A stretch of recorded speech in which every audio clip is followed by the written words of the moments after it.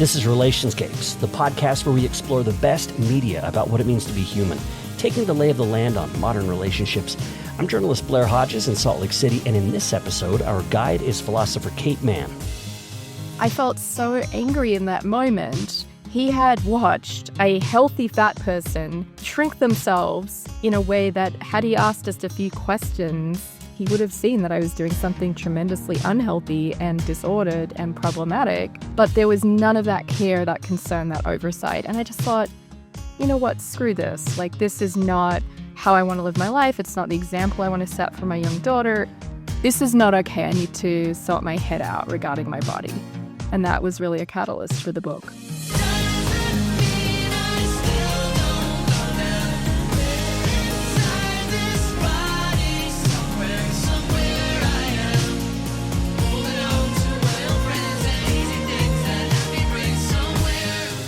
Kate Manne was used to working hard and seeing results, earning her PhD, publishing a smash hit book on misogyny, but there was one area of her life where she felt like a complete failure no matter what she did: her weight. And she tried everything you could think of. Things finally came to a head, though, during a doctor visit when she nearly passed out because she was literally starving herself. She hadn't eaten in days, and all her doctor did was compliment her size. He didn't seem to notice what dire shape she was really in. So she started digging deeply into fatness, and along the way, she began to discover that a lot of the beliefs we have about fatness, like why it occurs and how to get rid of it, were extremely flawed. Kate Manne joins us right now to talk about the book that grew out of her personal anguish. It's called Unshrinking: How to Face Fatphobia.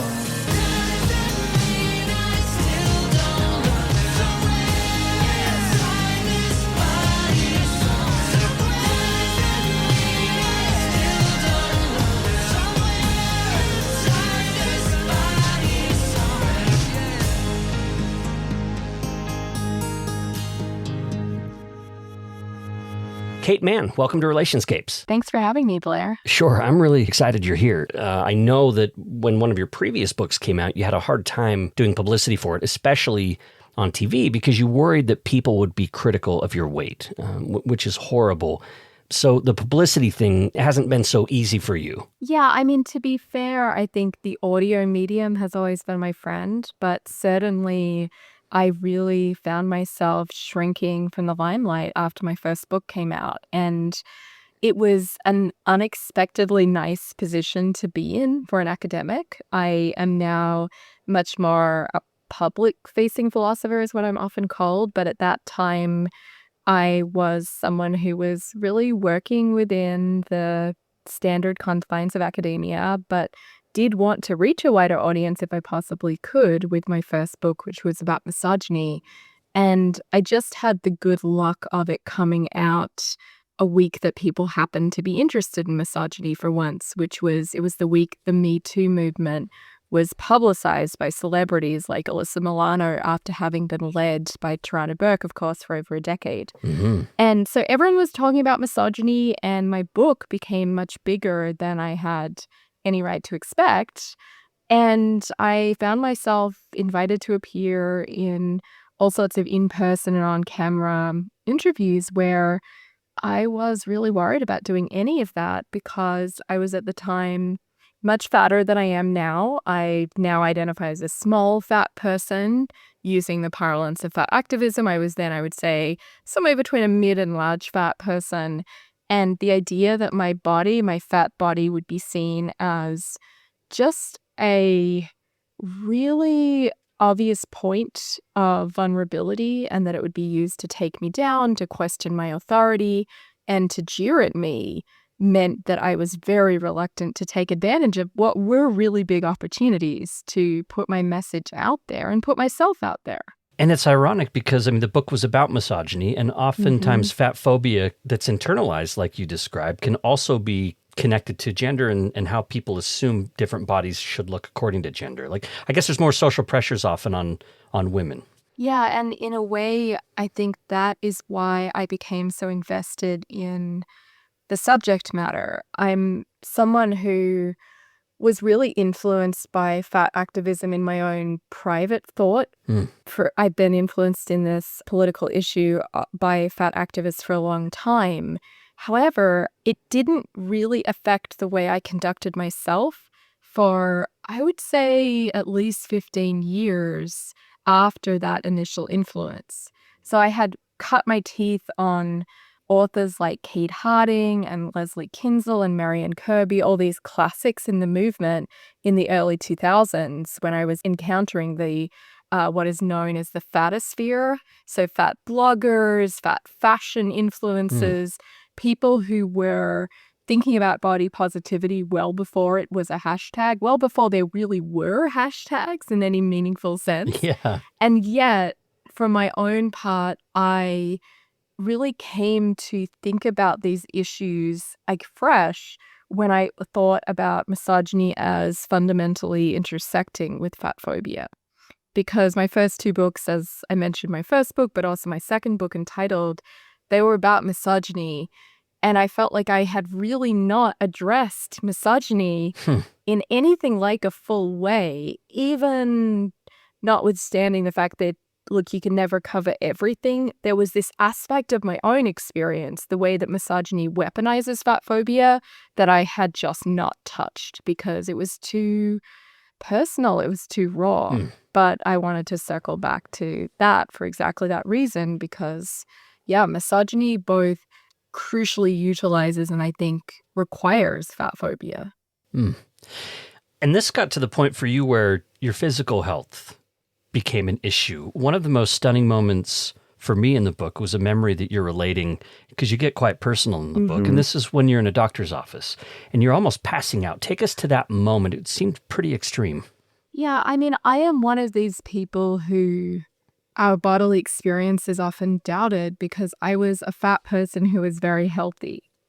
And oftentimes when I was either trying to lose weight through dieting or dieting and exercise, I would think to myself, what is this really about? Because my blood pressure is great. At that stage in my life, I was very fit because when you have quite a lot of mass, then making yourself exercise a lot, mass, it requires quite a lot of fitness to move.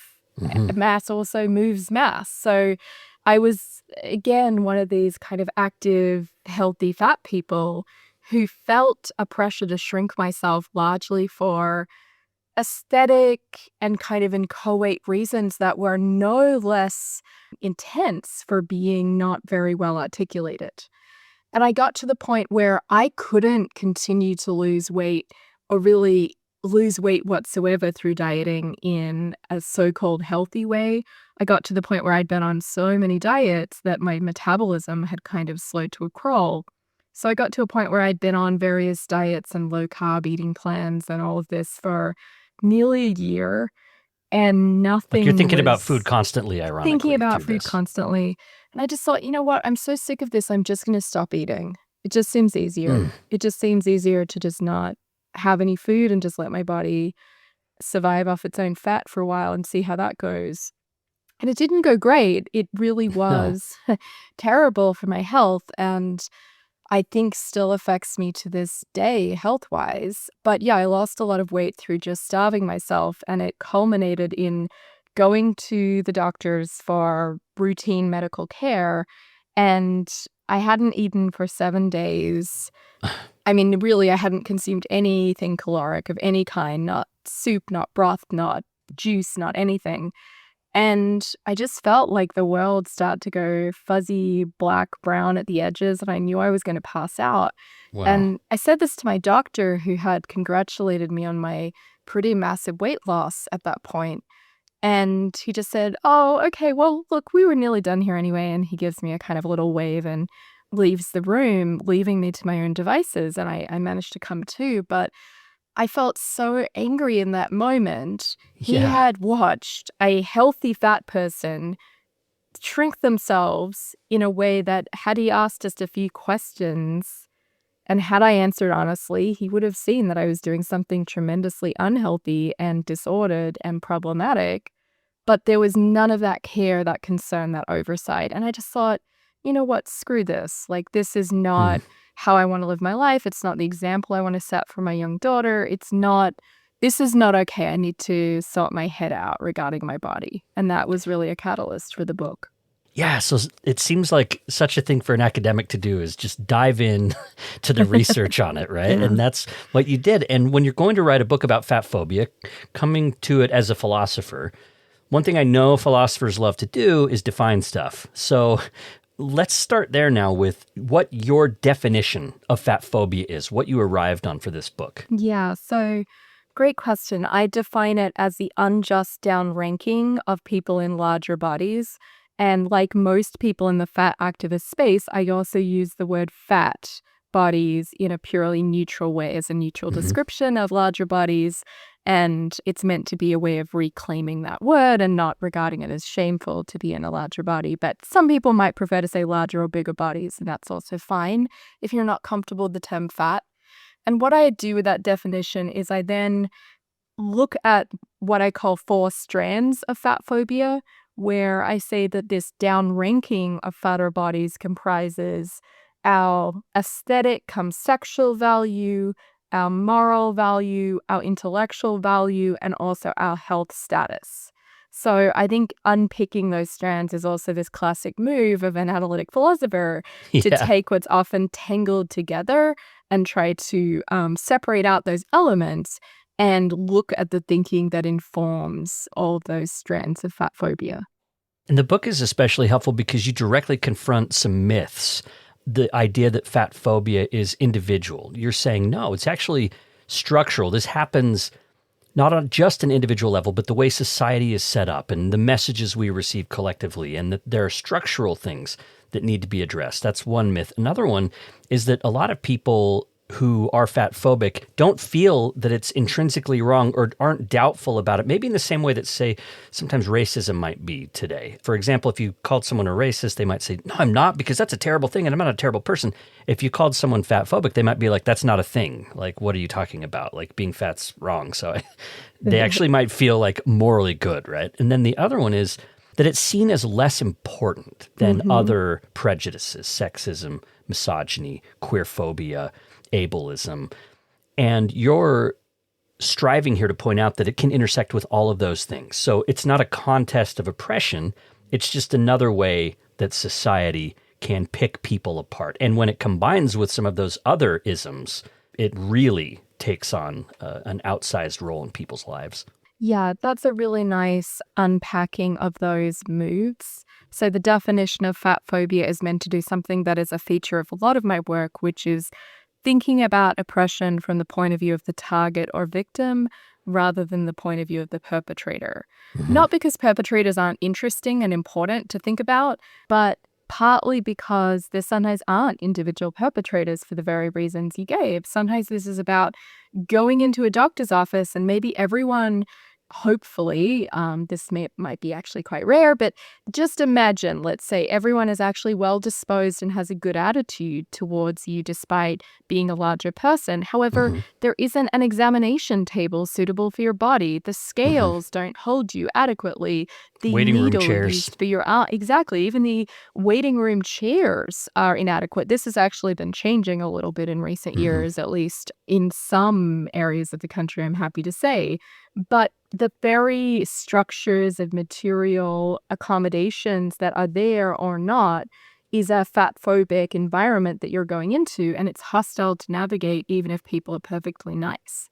And that being said, people are often not perfectly nice because this form of oppression that I, again, as you say, think of as structural and systemic is partly perpetuated by individuals who Hmm. often think that, look, I just care about the health of Hmm. fat people and I just care about the obesity epidemic and I just care about blah, blah, blah, whatever it is. And we can get into all of that complexity, and there are some valid questions to be answered about the relationship between weight and health it's a complex matter, and I don't think it reduces entirely to prejudice to have that natural curiosity, given the nature of the discourse, at least. However, often there are people for whom the idea that they just care about the health of larger people is window dressing and is papering over actually feeling really disgusted towards and having a really prejudiced attitudes towards larger people. And that is reflected in the fact that most forms of at least the biases that this particular set of researchers were looking at, so race, ethnicity, disability, sexuality, and age, all of those forms of implicit bias, according to Harvard researchers, are declining. Anti-fat implicit bias is the only form of implicit bias, again, of those studied, that seems to be on the rise. And it's also the form of explicit bias decreasing the most slowly. And this doesn't mean that, as some people have put it, that fat phobia is the last acceptable form of prejudice. If only there was some last acceptable form of prejudice, because there's always other acceptable forms of prejudice, as anyone who is trans or queer or who exists in a disabled body is unfortunately going to be able to testify to that reality of the bigotry. However, there is something about the way fat phobia, I would say, kind of goes under the radar in progressive, well-meaning circles that I think is a bit distinctive. And finally, too, it also intersects with every other major form of oppression.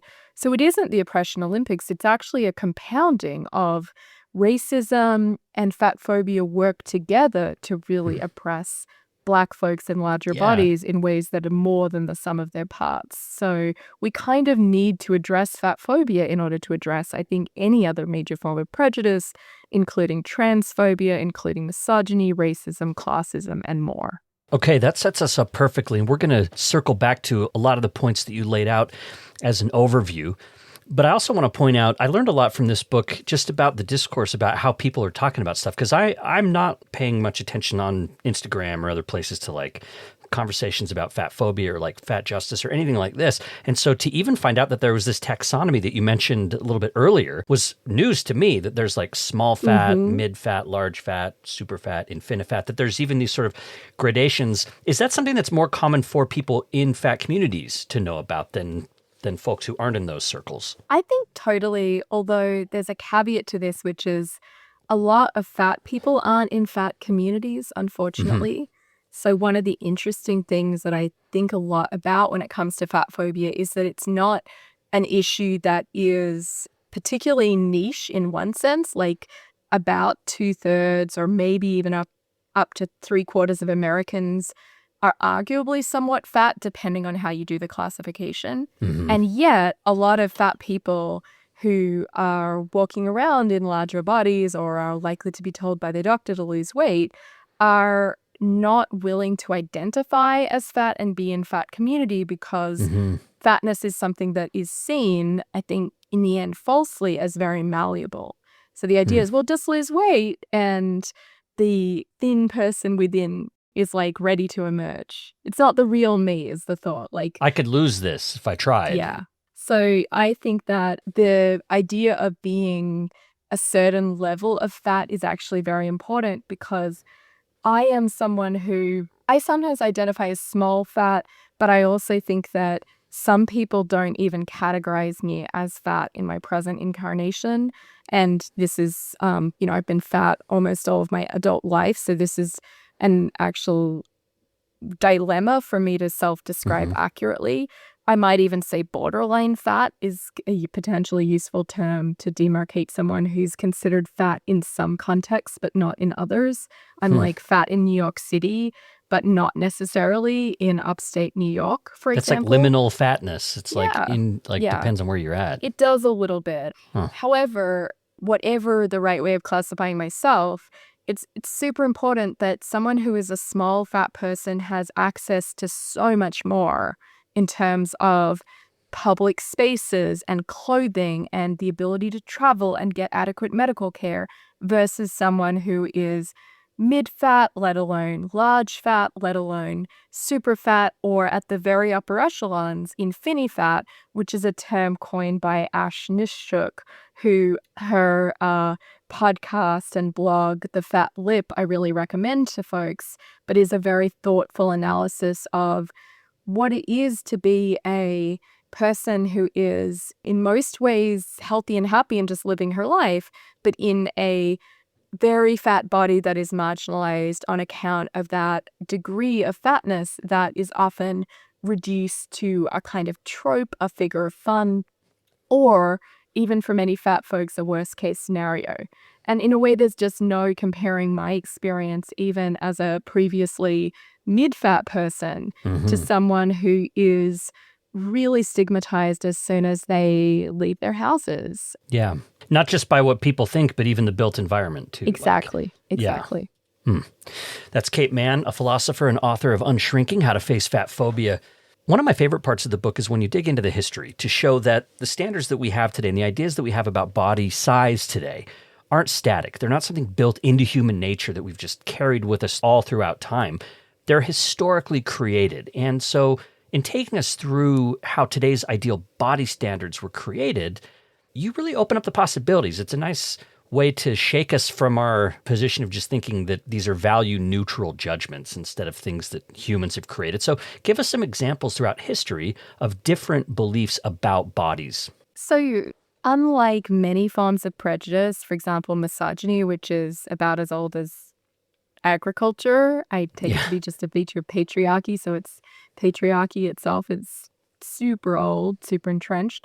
Fatphobia, in at least its very intense form, is really a recent historical invention. The brilliant sociologist Sabrina Strings, who I know you've talked to in other contexts, has this work that really influenced me in this chapter, showing that it wasn't until the mid-18th century that fatness fell into disrepute. And the reason for that, she has, I think, discovered is that fatness was previously seen as a sign of wealth and luxury and abundance, and especially for white women, it was a sign of beauty and, having enough and Luxury. and plenty, luxury. Whereas when the transatlantic slave trade really ramped up in the mid-18th century, basically racist white colonizers needed a way to differentiate black bodies from white bodies and justify the brutal and burgeoning enslavement of black bodies in these numbers that hadn't been seen before. And the way that they did that is they created these myths from the armchair that black bodies were fatter than white bodies, especially black women's bodies. This wasn't based on science, or as we understand it, it was based on pseudoscience. Often the theorizing was from men who had never been to the relevant parts of Africa. But the idea was the black female body was large and thus could be justifiably enslaved in this brutal and, of course, disgustingly racist way. And that practice was something that was already on the face of it so bad as to call out for justification. And yeah, fatphobia served that role, meaning that in order to get very clear about the order of events here, it wasn't that fatness was disreputable and then associated with blackness. It went the other way. Blackness was associated with fatness, and then fatness became a bad thing. And that led to the eventual creation of this image of white femininity, especially American Protestant femininity, as needing to be very, very slender, very thin, very frail in order to make for a contrast between white women and black women. So yeah, it's a really fascinating book that this comes from that I recommend to all listeners, Fearing the Black Body, the Racial Origins of Fatphobia. And I think it gives a really plausible story as to why fatphobia became so powerful and entrenched so quickly and so dramatically. And it shows how it became hierarchical, that even today, fatphobia tends to hit women and trans folks differently than it hits men. Now, it's also important to point out that it's difficult for men too. And sure. For example, I know some men, it's less likely for a man to find like a support group about being a fat guy. There's probably less like social media influencers. There's not like fat fashion as often for men. I guess guys aren't really having the same kind of conversations. What's funny is how it connects into misogyny too. Like I think of man boobs, for example. Calling a big guy's chest man boobs is a very negative thing. And we're associating him with a woman. Like this is a way to denigrate a man, again, rooted in ideas of misogyny. Yeah, fatness is feminized. And so that both means that I think fatphobia is worse for women, maybe partly because of that, but mostly because women's appearance is capital and it's prestige. It's the kind of coin of privilege for many women is being in conformity to aesthetic standards that are hard to meet, and that means thinness in today's day and age. But the flip side of that is because fatness is feminized and seen as this feminine property, men who have more fat on their bones and more flesh on their bones tend not to be subject to like some of the worst forms of employment discrimination. They're not necessarily subject to the degree of taunting, but the taunting that does exist and the accessibility barriers that do exist, they don't necessarily have a ton of ways of pushing back against that. Yeah. The resources socially to address the fat phobia that, let's say, like cis straight men face to kind of set aside certain complexities that can be importantly intersectional here. Yeah, there just isn't necessarily quite the intensity of the fat phobia to begin with, but precisely because of that, there isn't the really strong pushback of an anti-fat phobic kind. I mean, there are bits and pieces that I think are really good in this connection. So I was thinking of the fantastic podcast series Wait for It by Ronald Young Jr. that I really recommend to folks who are interested in this intersection of essentially Black masculinity. Yeah, I haven't heard of this. This sounds good. Anti-fatness. Yeah, he's someone who identifies as a fat Black man who explores ways in which I think he would probably agree that in a way fat phobia is worse for women, all else being equal, but it can be very painful for men too, precisely because the resources haven't yet been fully developed. We don't have huge communities of influencers saying it's cool to be a man who has, you know, a chest that has more undulations and rolls to it. We don't have that kind of discussion, community, and discourse yet. Another resource that is really great, and this is complicated because this is a book called Belly of the Beast by Deshawn L. Harrison. And Deshawn is someone who is a non-binary trans person, but in their recounting of their history was socialized as a Black boy. And so they have this really nuanced account of the way that for them, fatness was feminizing and actually linked to certain kinds of childhood sexual abuse on their account that makes for really harrowing, confronting, and I think vital reading about some of, again, the intersections between race, class, sexuality, being trans and or non-binary, and fatness. It's super nuanced and complex material that I think makes space for conversations that we haven't seen fully in the culture as yet. Those sound like really good resources. I'll link those in the show notes. Let's move to talk about health. You mentioned this earlier, that a lot of people might say that they encourage people to lose weight, or they feel like they need to lose weight because of their health. The idea is that being fat's unhealthy, so losing weight must be healthy. And you say there's actually a lot of research that challenges both of those beliefs. Yeah, that's a great way to put it. What the research suggests about the relationship between weight and health at a very bird's eye view level is that the relationship looks something like a U-shaped curve, where people who have a quote-unquote overweight BMI, and I use the BMI measurement advisedly because it's not to put too fine a point on it, racist garbage, but super racist. Let's use it as a reference point to sort of just locate what the U-shaped curve says at a population level. We can get into the limitations of BMI shortly, but the overweight folks are in the lowest risk category from the perspective of mortality, which is already surprising to many people. Many people just assume if you have an overweight BMI, you should be thinner, but that doesn't look straightforwardly true from the perspective of mortality statistics, at least. Now, people who are in the quote-unquote normal weight category have a little bit higher mortality risks, and it's comparable to people who are in the quote-unquote moderately obese category, who have a BMI between 30 and 35. Now, if you get people who are either underweight on the one hand or very fat, on the other hand, who are more than moderately obese, have a BMI above 35 or above 40, depending on what study you're looking at, then you do get elevated mortality risks. But as we see when it comes to people who are underweight, we immediately have to ask at the other end of the scales too, is this correlation or causation? Is it potentially just mere correlation? Because if someone is, say, underweight, maybe other health things are going on. Maybe there is some kind of underlying illness there, which is making them underweight and thus less healthy, thus less likely to live for a long time. Similarly, if someone is very fat, could that be a reflection of both states of disease, but also the fact that they might not be getting at those high levels of weight adequate health care? They might be subject to the stress of stigma. They might not be able to go out and exercise in public.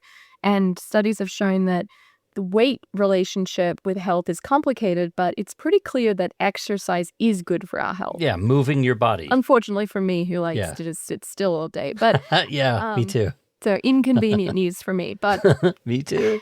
Point being, there's a lot going on at the high BMI categories that should make us hesitant about just assuming that the weight is causing the increased mortality. And here is the kicker.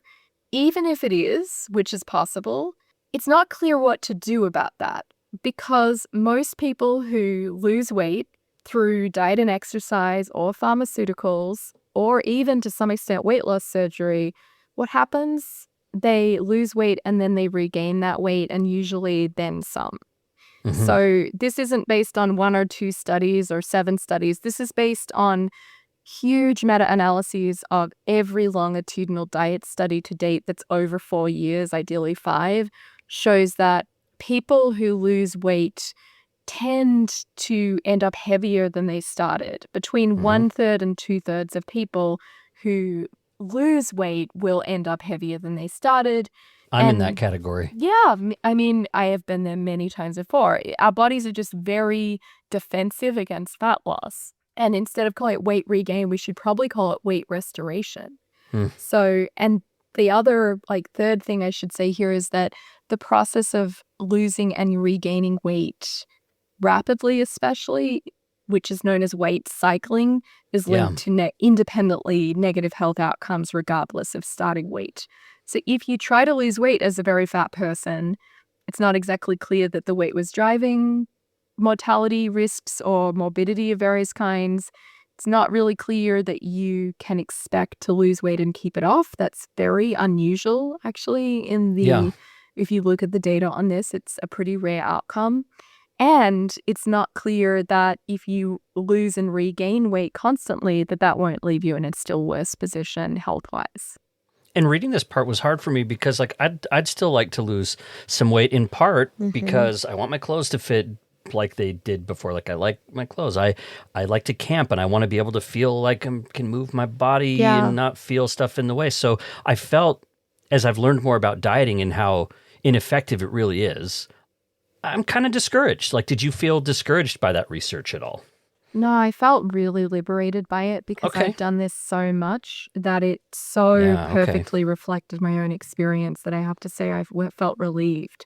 Because I'm this person who, I know this might sound hubristic, and I'm going to touch wood as I say it, but typically if I set my mind to something, I can do it. There aren't many things that I've aimed at in my life that I haven't been able to figure out a way to do. And weight loss was really the one thing that, despite working in a way harder at it than getting my PhD or getting the job I wanted or becoming the public-facing author I wanted or whatever, I could not do that long-term. I could do it short-term initially, and then my body became so resistant that all of this research kind of was like, oh, wait, there's actually something I'm just hitting up against, which has nothing to do with self-discipline or my own limitations. It's actually just the body is not designed, for many of us at least, to lose weight and keep it off. We have something, I think, it's a bit controversial, but at least there's some truth in the idea of us having a set point. And when we go under it, we tend to then overshoot it. And the body gets very, I think, in a way, anxious about a state of fat loss that then it kicks Survival into mode. starvation mode. Yeah, and survival mode. But look, Yeah. I understand the idea of feeling discouraged by this. And for people who haven't had that experience of it being such a constant and discouraging yo-yo, you might still be in a place of, well, come on, surely if I just blah, blah, blah, then my body will blah, blah, blah. And I get it. I have nothing but solidarity for people in this camp. I would just say that I think it's really common to cite the clothing thing. It's surprisingly common to say, I just want to fit into my old clothes or feel better in clothes. And I heard this anecdote recently that I wanted to share with you in case it's helpful, which Yeah. is for those of us, I actually forget, do you have children yourself? I have 2. Mm-hmm. Okay, so have you ever had the experience, which I've certainly had as a parent, of buying your kid some item of clothing that they either never wear or wear once, and it's too scratchy or it's never quite Yeah. fits or it's just not the thing? And we, I think for the most part, do not blame their bodies. We just think, bummer, inconvenience, have to like take it to the consignment store or give it away. It's just life, that they outgrow things, that some of the things never get enough wear, that you bought this beautiful dress or shirt that never sees the light of day. It's stuck in a drawer.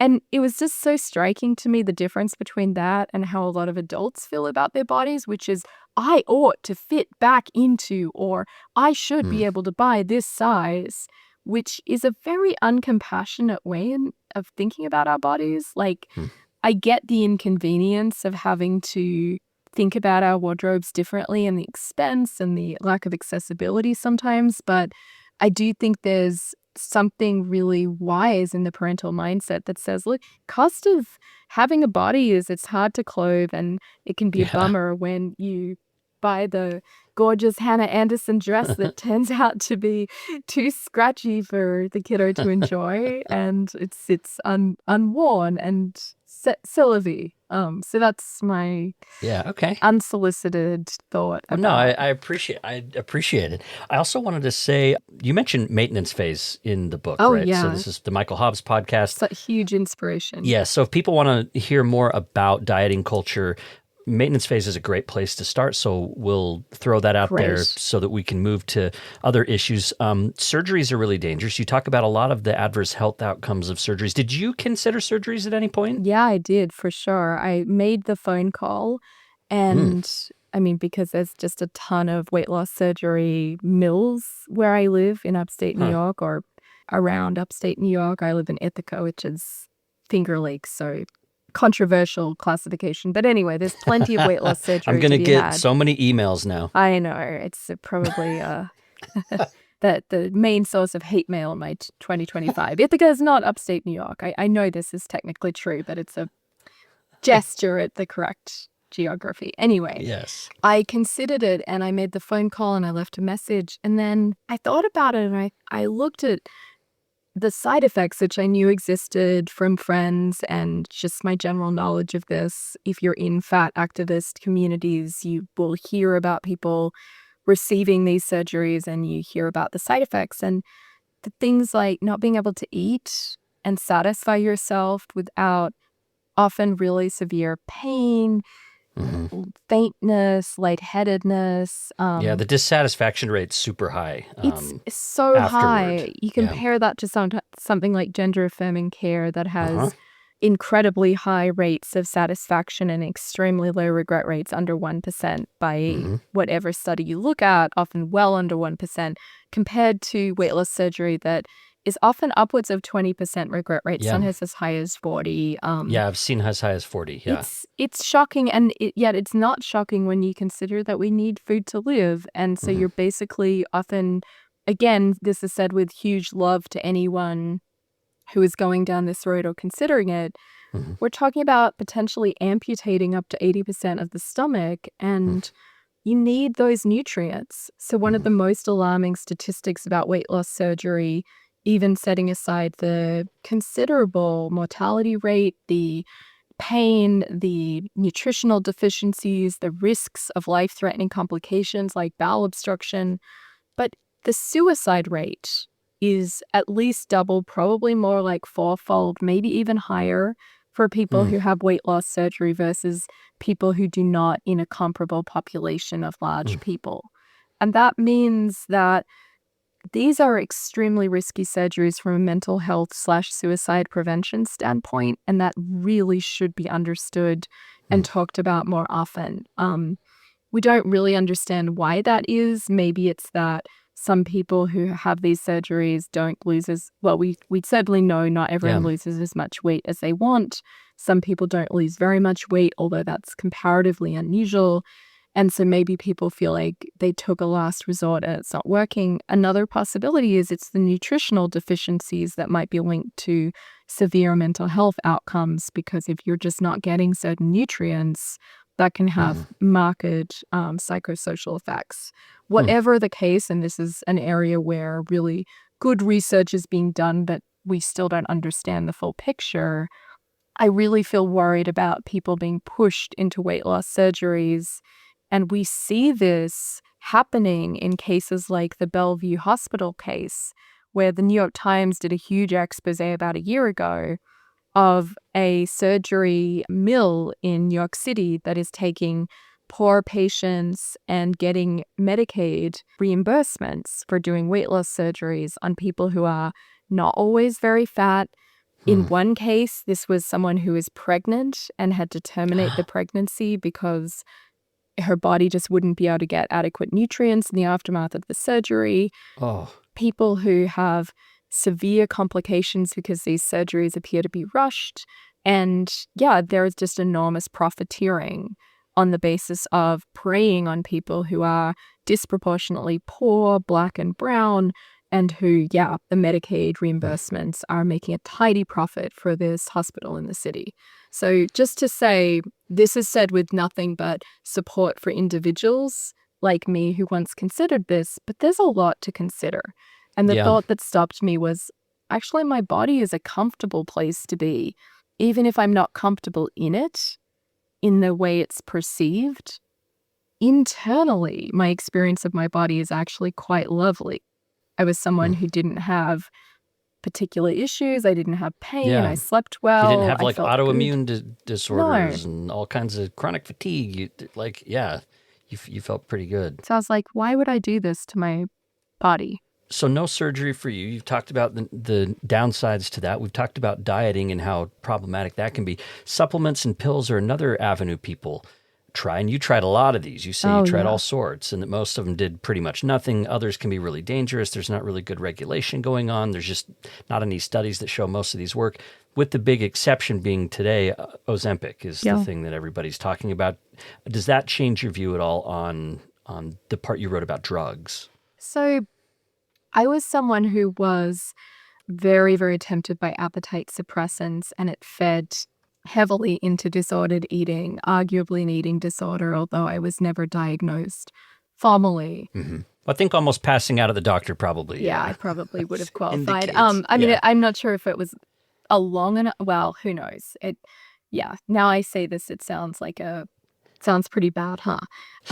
But I was someone who was really heavily abusing Adderall to try to suppress my appetite. And Yeah. it fed very much into huge side effects of anxiety and anger and depression and Yeah. disrupted sleep. And just, I get into this, and it's probably the most personal and vulnerable writing I've ever done, just because it's something I was so ashamed of for a long time, and I still am, really, but um I was so glad you wrote about it, though. Like, you have skin in the game. Like, you yeah, bring such a philosophical mindset to this, and it's so thorough and informed, but it's also so personal. it's so personal. I was someone who looked very successful and had like bunches of empty bottles of Adderall in my like desk drawer, where I was just really trying to tamp down my appetite.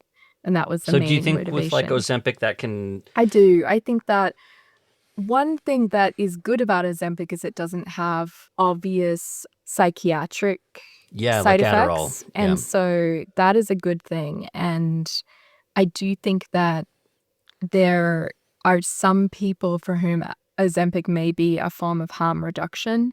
Like if the options are starve yourself, take a more speedy drug, or take the option of weight loss surgery, look, probably Ozempic for many folks is less harmful than those avenues, but still Hmm. better, I think, would be developing a degree of real, like, trenchant, body liberated politics that would see you feeling okay with who you are, given the fact that bodily diversity is a natural and beautiful thing. We should also pinpoint the privilege element of it too. Obviously, Ozempic as a treatment is out of reach of most people. I mean, Well, it's not that's the cheap. thing. Like, in a different, it segues perfectly into one of the concerns here, which is that in a different universe, Ozempic might be a form of pretty grim harm reduction because it does have all sorts of side effects still.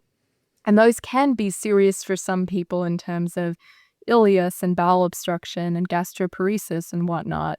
And for others, it will just be unpleasant, not being able to, again, enjoy food without feeling nauseous and bloated and, having all sorts of issues. But the people who are accessing Ozempic and Wegovy and whatnot, semaglutides, tirzepatides, and similar, are predominantly rich white women.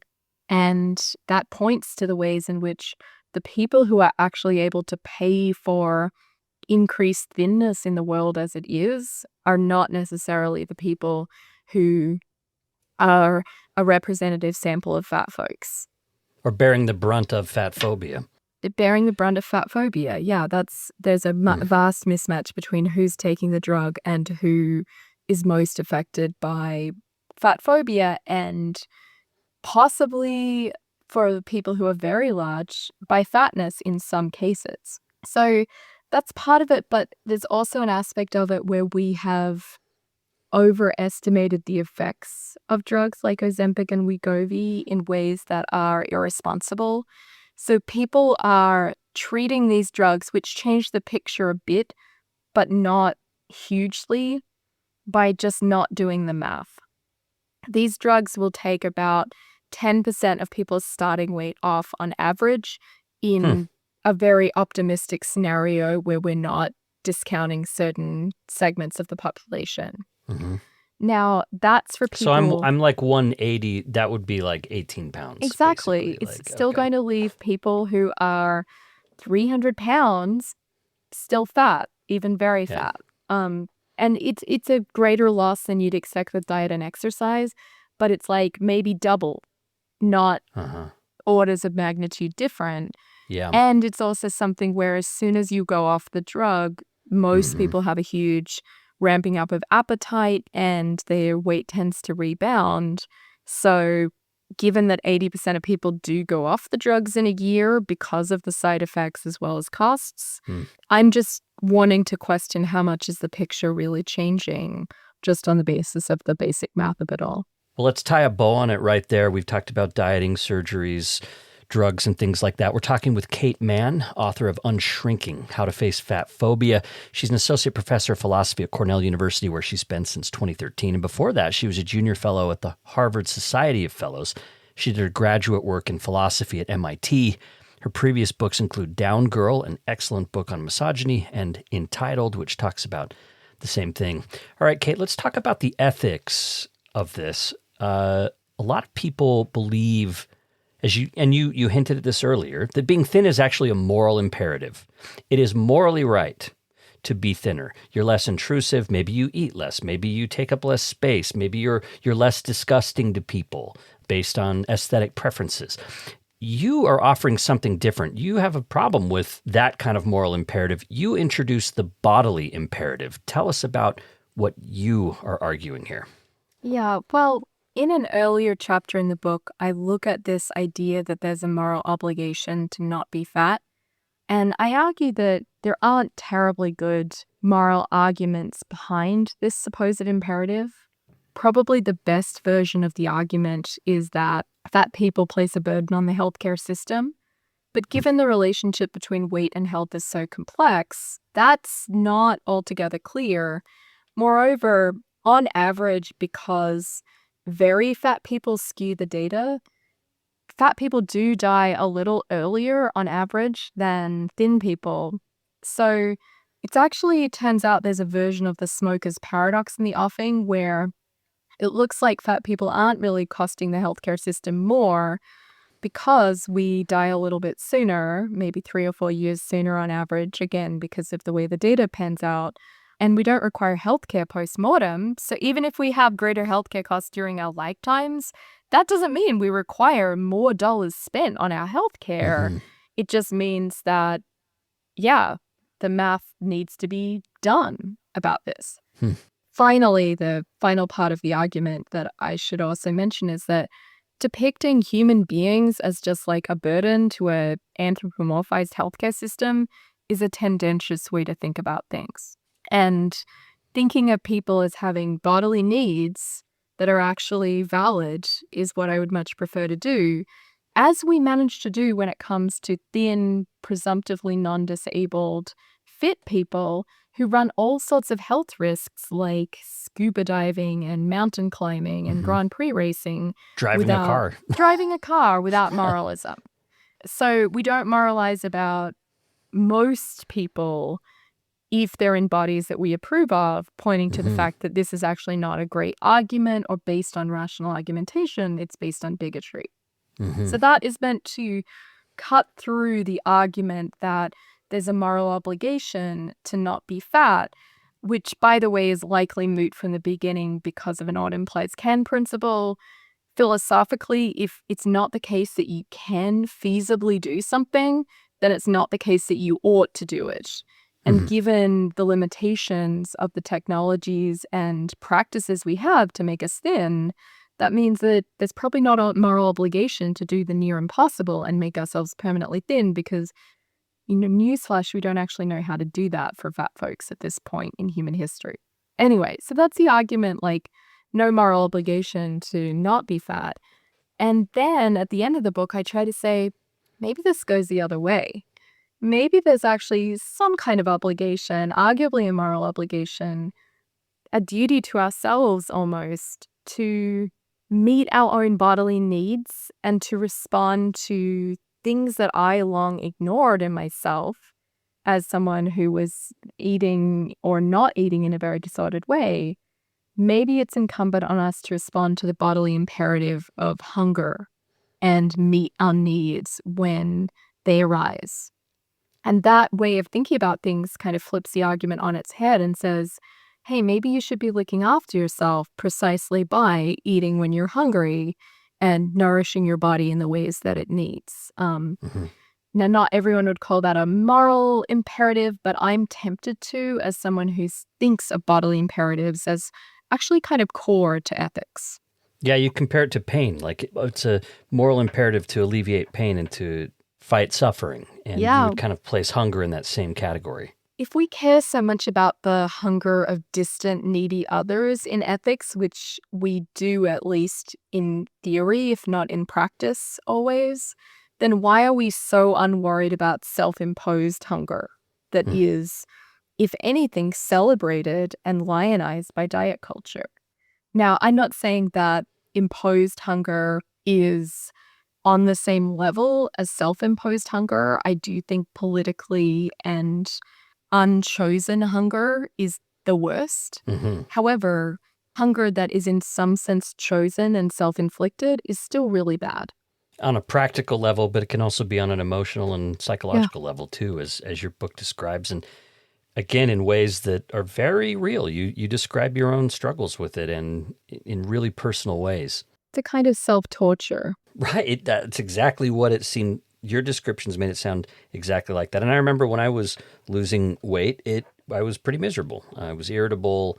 I was doing the calorie thing. It's like, how many calories am I going to be eating? And I didn't like it at all. I didn't like who I was during that time. And Other people might be more successful or have different experiences, but mine definitely, it was difficult for me. But you don't just stop with pointing out problems with like dieting or surgery or other things.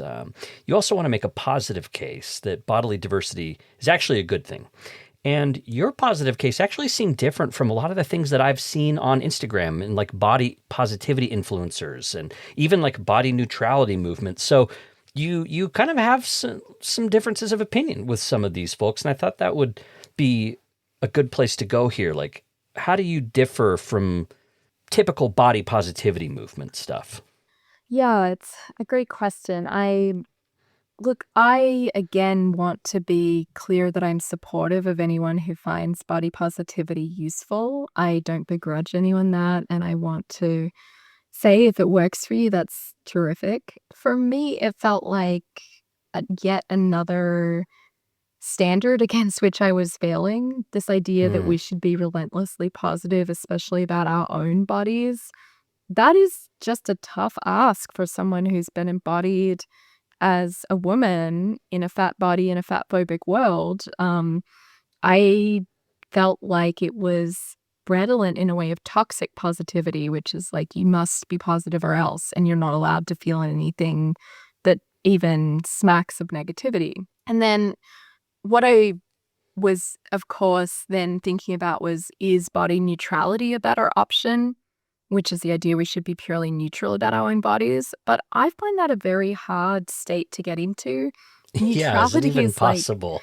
neutrality is hard about anything. We're actually Yeah. psychologically not prone to neutrality about many things. If you ask people to approach various kinds of scales, ranking things, they often tend to avoid the neutral option because we tend to lean in one direction or another. And certainly for a subject matter as fraught as our own bodies, that was the case for me. And I began to think, like, why do we need positivity or neutrality as a response to negativity? Wouldn't it be more powerful to kind of throw out the scales of judgment altogether, to suspend judgment rather than going to positive or neutral judgment as a corrective to negativity? So that idea of throwing out the scales of assessment and saying, this became my mantra, my body is for me, your body is for you, and so on and so forth for everyone. That is an idea I call body reflexivity, and it became, to me, a more healing option than neutrality or positivity. I liked it because it didn't feel as controlling as some of the other messaging that I've seen. You're not trying to control how I feel about my body. That's right. It feels like you actually are allowed to have variable and shifting ways of thinking about yourself and conceiving yourself. But the hope is that in thinking of your body is not for others' consumption and not for comparison, not for Yeah. ranking, not for correction, that we have an attitude to our bodies that is actually, I think, more like the attitude we have to the bodies of very young children, which is Yeah. imagine having body positivity about like 2-year-olds. That would be so weird. We don't need it. Yeah. We just see a bunch of little kids running around, and Yeah. I hope, at least to the extent we're thinking about these young people in the right ways, we're just thinking their bodies are for them. Like, what a nice scene to just have a bunch of kiddos running around enjoying their bodies. And don't we want them to? Like, don't we want them to love who they are? And like, don't we want that for those kids? And why couldn't we want that for ourselves? Yeah, like there's only really one group of people who are relentlessly judgmental about their bodies, and that's girls and women. We're often quite good at being less judgmental and more appreciative in a way that is not laced with ranking or punishment of the bodies of, I think, young kids to some extent, men at least, cis straight men. And also, we do this as a matter of course with regard to some non-human animals who we keep as pets. Like, imagine body positivity about dogs. Like, what a Yeah. silly idea. There's a reason the Twitter account, or now X account, We Rate Dogs, is a parody site. They don't need ranking. They're all fabulous. Like, enough already. They all get more than a 10 out Yeah. of 10. It's like 13 out of 10 for this corgi, 14 out of 10 for this border collie. It doesn't matter. Like, all dogs are great, but it's also not about giving a kind of thumbs up or a neutral judgment. Judgment is just not apropos, really. It is, we can be appreciative without being, I think, still tacitly about ranking and assessing. Yeah. I like putting your book in conversation with body positivity and body neutrality because it reminds people that your book has grown out of an anti-fat liberation project that's multifaceted. Yeah. It can be situated within a lot of different conversations about it, a lot of different social attempts to reframe fatness, to approach it differently. And there's some better and some worse, and there are like good things you can take from a lot of different approaches. And I see your book fitting in there.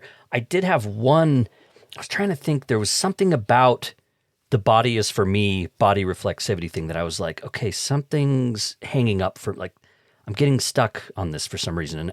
And I figured it out. It dawned on me because of like COVID stuff. Huh. How do we prevent ourselves from slipping into an isolated, individualistic view of the body? Which is to say, if I say my body's for me, that also means I really don't have to care about anyone else's health. So public health measures, I don't care about, like that kind of thing. How would you answer that problem?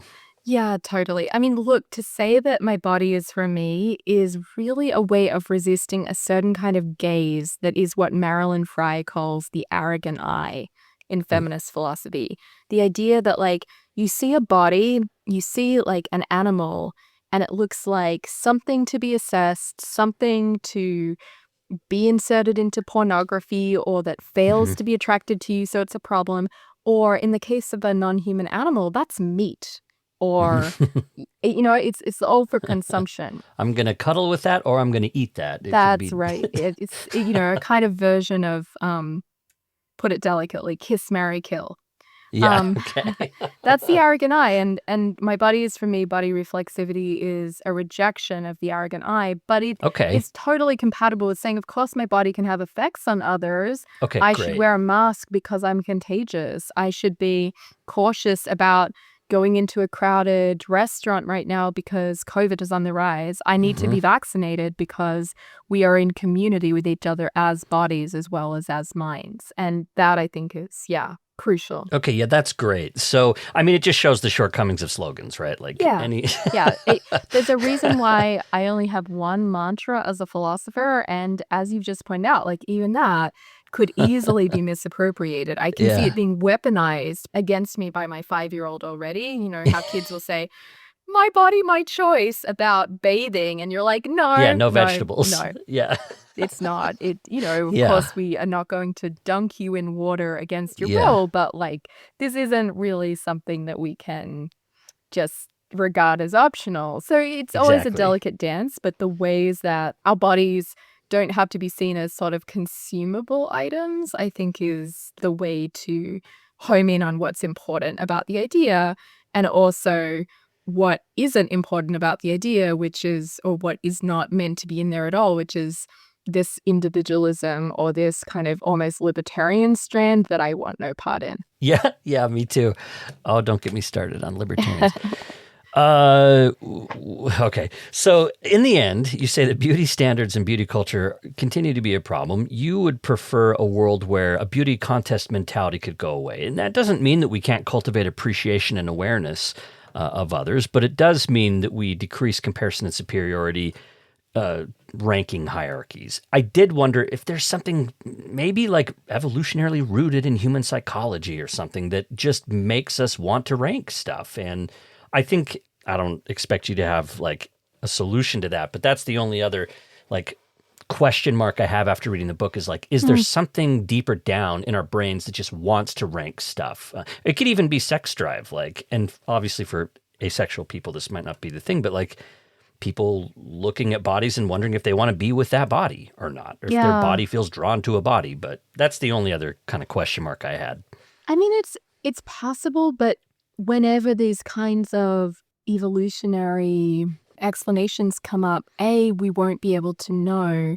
And B, Yeah. even if we did know that people are drawn to this, we're rational, reflective creatures who can resist these sorts of processes and tendencies. And I say, Yeah. given that we have the power to reject some of the impulses that, could have their roots in this or that, or they could not, why not channel some of the better dispositions that inform how we look at the bodies of, like a bunch of young kids running around and we just think, cool, happy Yeah. little kids, and we just hope their bodies are working for them to allow them to do what they want to do, Yeah. including kids with disabilities. Yeah, exactly. What can they do in their bodies? Yeah. We could channel that rather than regarding bodies through a lens that is consumption based and Yeah. sort of, does have like an almost pornographic element to it of, is this something that, I want to X, Y, and Z with or to? Uh-huh. And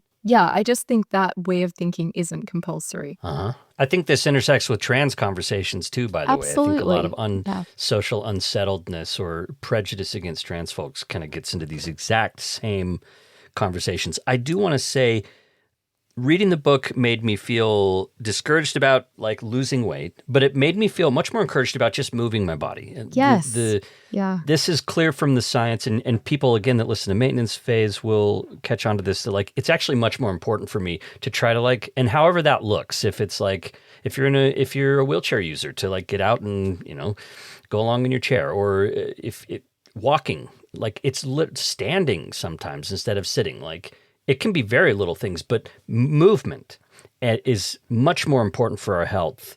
The studies are pretty clear on than our actual size. And I was happy to read that. Yeah, completely. Yeah. It's fitness, not fatness. Yeah.